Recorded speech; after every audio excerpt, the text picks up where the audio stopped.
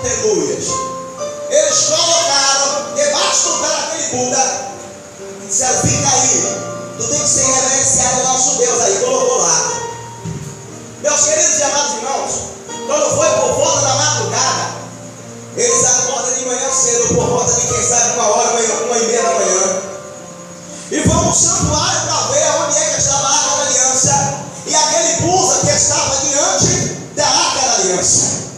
E a minha Bíblia vem nos revelando que o Buda que estava na frente, a minha Arca da Aliança do Senhor, na frente dele, o Buda estava quebrado, prostrado diante da presença de Jesus Cristo. Oh, meu Deus! Eles não entenderam nada. Chegaram de junto daquele Buda, colocaram de pé novamente, perguntou: quem foi que derrubou? Soldados nenhum respondeu, ninguém sabia por que ele derrubava. Colocou em pé e disse: não pode acontecer isso.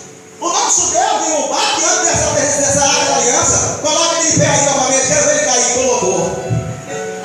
A Bíblia diz que no outro dia Jesus manda um vento santo, poderoso e eterno.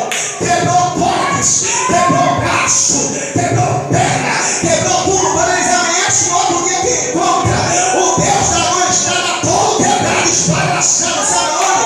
Diante da Arca da Aliança. Aleluia, aleluia, aleluia. Eu não sei se você entendeu isso, mas eu vou te dizer: o meu Deus, o Deus de Abraão, Isaac e Jacó, está nessa casa de oração nessa noite. E ele está dizendo para a minha igreja, diz para a minha igreja: sou eu Deus, que sou digno de toda honra, toda glória. Sou eu Deus, que tem que ser adorado, exaltado. Abre a tua boca, levanta a mão e dá glória. Eu vou surra. E aí, pastor Silvano? A Bíblia diz que a Arca da Aliança passa 7 meses na mão dos filisteus. Quando os filisteus veem que a Arca da Aliança está trazendo maldição para eles e não bênção, porque a Bíblia diz que Deus começou a mandar pestilência, começou a mandar úlcera, eles começaram a se coçar, parecia mancha, começavam a ver lepra sobre o seu corpo. Aí um olha para o outro e diz: olha, sabe por que isso está acontecendo conosco? Ele diz: pois diga, porque a Arca da Aliança do Senhor do povo de Israel está revoltado contra nós, estamos com uma maldição. Pega a Arca da Aliança e devolve a eles, porque é deles, é da casa dele, tira daqui. A Bíblia diz que agora manda chamar o levita.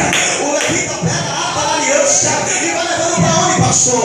Para um lugar chamado Queriat-Jearim, uma cidade onde estava o povo de Israel. A Arca da Aliança vai transportando para lá, meus queridos e amados irmãos.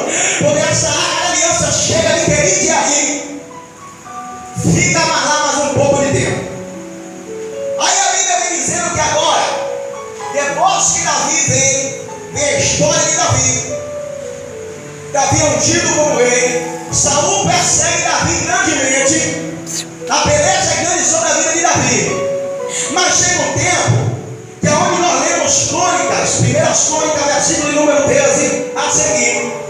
Davi chama toda a congregação e diz para a congregação: olha, eu estou pensando em ajudar todos os levitas, todos os sacerdotes e toda a congregação de Israel, para que nós consagremos as nossas vidas, para que nós preparemos a nossa vida diante de Deus.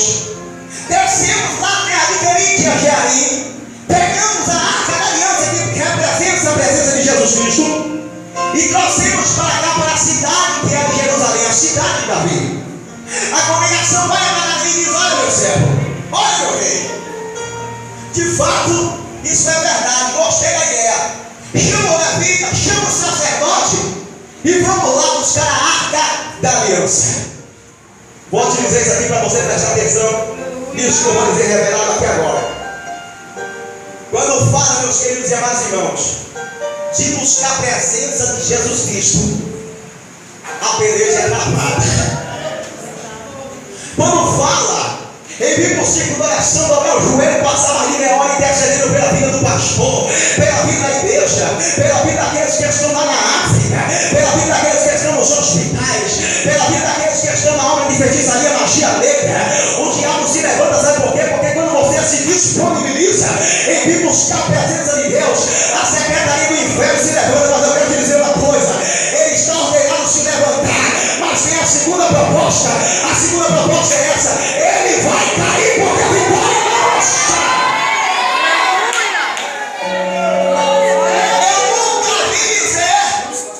Satanás se levantou, ganhou a guerra e nós ficamos prostrados perdendo a guerra. Não. Eu sei que ele tem raiva de mim, tem raiva de ti. Eu sei que ele não gosta de mim e de tu, mas eu também não gosto dele não. Se eu pudesse, eu destruía ele todinho, mas não posso, só com ele. Só que eu vá para resolver com ele. Mas eu quero falar de Deus para o teu coração para tu reanimar nessa noite. A Bíblia diz, meus irmãos, que quando Davi se disponibiliza com a congregação de todos levita para ir buscar a arca, vai Davi e uma congregação de 30 mil homens vem atrás de Davi.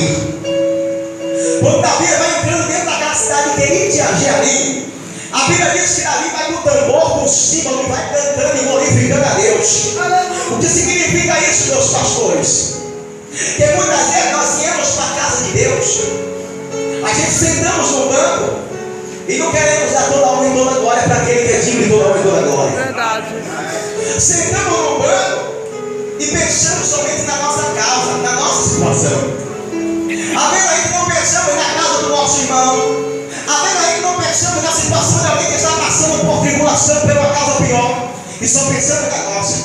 Aí ficamos, Senhor, peleje por mim. Enquanto você está pedindo para Deus pelejar por você, Jesus está lá dizendo ao seu Mateus, ó, meu filho, mas me adore. Minha filha, mas me adore. Mas Senhor, a situação está travada. Eu não tenho mais palavra para te adorar. Ele disse sim, mas me adore em meu lado, me adore em meu joelho. Mas não pare de me adorar. Cutuca o teu irmão do teu lado e diz assim, o segredo é adorar. Vai, cutuca aí. O segredo é adorar.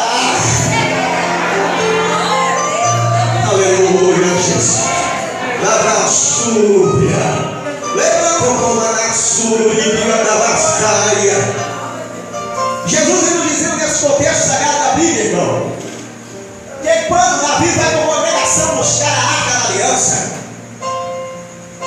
a beleza está se levantando no meio do caminho. Davi chega lá em Queritiarim. Mas o segredo dessa viagem, irmão, é que está escrito lá no livro de Números, você pode encontrar na Bíblia, no livro de Números, versículo de número 1, versículo de número 52, que foi dada ordenança por Moisés, abaixo de Deus, primeiramente, que só era para pegar na arca da aliança, no tabernáculo, e nas todas as coisas sagradas, só era para pegar os sacerdotes e os levitas. Ninguém mais pegava. Só sacerdote e levitas. Levante. Por que isso? Porque Deus ordenou. Só sacerdote e levita carregava a arca. Segundo a Bíblia vem dizendo que a arca tinha umas varetas de uns paus de um lado e de outro. Era 4 levitas para carregar a arca, um à sua direita, o outro atrás, outro à sua esquerda e outro atrás. Eles iam carregando a arca da aliança e os sacerdotes vinham atrás, que eram os pastores. Ninguém mais tinha a ordenança de pegar esta arca. Mas a Bíblia diz que Davi não teve sabedoria. Davi pega uma quantidade de carroça, pega um boi. Segundo o livro sagrado não vem nos explicando isso, mas naqueles pergaminhos e no computador, quando você vai buscar mais no profundo, vem nos recapitulando dizendo que segundo aqueles homens daquele lugar, pegaram aqueles boi. Que boi é esse, pastor? Uns boi, umas vacas que já tinham parido, já tinham os filhos, já tinham nascido os seus bezerros. Segundo o contexto, vem nos dizendo que ele pega aquela carroça com aqueles boi, ele pega os filhotes que são os boi. Os homens vão guiando os filhotes na frente e as vacas que tinham seus filhotes e olhando para os filhotes e acompanhando, porque ela não queria saber para onde os filhotes estavam indo. Eu não sei se você está entendendo isso, mas a Bíblia do Senhor vem dizendo que a arca da aliança é colocada em cima da carroça. E quando é colocada em cima daquela carroça, no meio do caminho, meus queridos amados irmãos, vai aquele pedregulho. A arca da aliança vai virando para um lado, vai virando para o outro. Segundo o contexto sagrado, a arca da aliança sai da casa de Abinadab.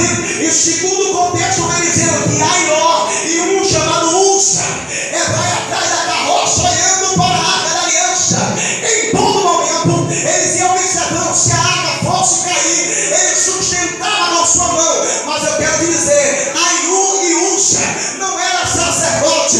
Aiú e Usa não era levita, mas eles estava preocupado com a presença de Jesus Cristo. Ele estava preocupado com a arca da aliança. Ele estava indo atrás e preocupado. Segundo a Bíblia diz que a carroça vai guiando para um lado, vai guiando para o outro. Davi vai na frente, tocando o tamborim, tocando o timbal e glorificando a Deus. A Bíblia diz, irmão, que de repente no meio do caminho tem um buraco preparado. E quando a carroça vai pegar, a arca da aliança vai descendo. Aí Uza vai olhando para a arca e vai sustentar. Quando ele coloca a mão na arca, acabou. Quando ele coloca a mão na arca, meu amigo, a Bíblia vem dizendo que viu a fulminação de Deus. Fulminou Uza na hora. Virou cinza, morreu. Aí Davi colocou a mão na cabeça e diz: eita, Senhor, porque o Senhor permitiu esse mal? Como trarei a minha presença, a arca do Senhor até mim? Ele fez a pergunta. E agora, como trarei até mim a arca da aliança, a presença de Deus? Os israelitas, os sacerdotes ficaram tudo atônicos. Viu Uza, que naquele lugar ficou chamado até com o dia de hoje, Uza Pérez.